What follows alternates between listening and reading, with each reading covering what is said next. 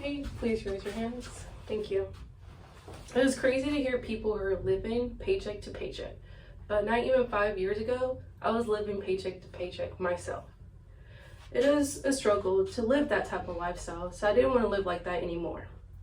Give me a balancing chemical equation, I can solve it. Ask me about the first president, and I can tell you guys his life story. Depending on what I do in life, that information is not really what I need. But if I did receive financial education in my lifehood, then I would have been better off with the chances in life. Yes, it is true that money doesn't bring happiness, but at the same time, it can resolve problems. It is interesting to learn about our school system, and it's outdated. The person who founded the school system was John D. Rockefeller. He quotes, "I don't want a nation of thinkers, but I want a nation of workers." And with the nation, he wanted to confine, and he wanted a social class. With this, we were taught from the very beginning. Schools should have a personal finance class requirement, at least in high school, to prepare them for the real world. We are taught to get education and a good job, but nothing else really matters if you're not financially educated. Some people are lucky to have financially independent parents or guardians. Others are not so lucky. They may experience a lack of time, experience, or a language barrier. For my mother, she experienced all three. With this, I had to teach her and translate her taxes and her bills. I assisted my mother a lot, and even though I had to resort to many online resources and learn about the importance of budgeting, credits, and investing. Now, let's see the problem first. Many schools don't provide this because they don't have the resources. According to unifyhighschool.org, the survey also found too fewer states require personal finance testing for students than in 2018, 6 fewer require economic testing than in 2018. Schools with minority students or low class won't have the time or sacrifice the time, and they're short-staffed too. Adults experience stress when they're financially unstable, and one does not have to be filthy rich, but at the same time, they need to manage their money. High schoolers can receive anxiety when graduation is near. Some can afford school. At the same time, they can't get scholarships, or the scholarships are not enough to cover their schooling. Some students might not know their option. FAFSA is literally free money. At the same time, they don't meet the deadlines, or at the same time, they don't have the information about it.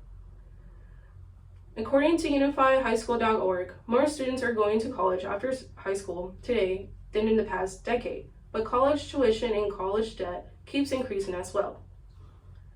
After high school, one can easily fall in debt easily.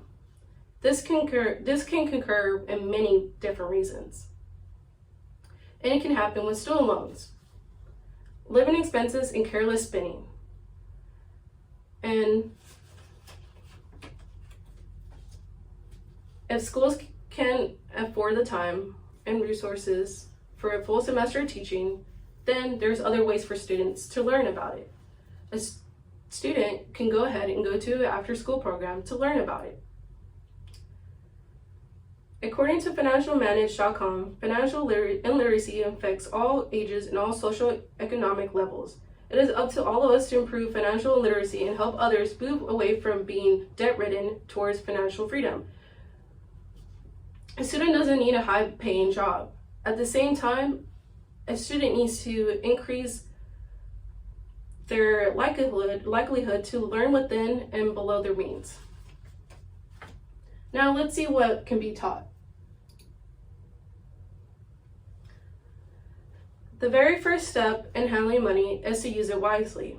It is a big influence in life and decision-making process. Spending and budgeting are extremely useful tools to learn. It is common for people to start in life and lose track of the money. A personal budget can help with this bad habit.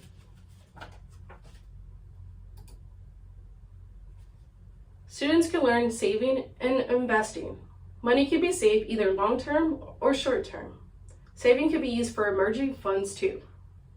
For students, if this habit is learned early on, then they can have a better life afterwards.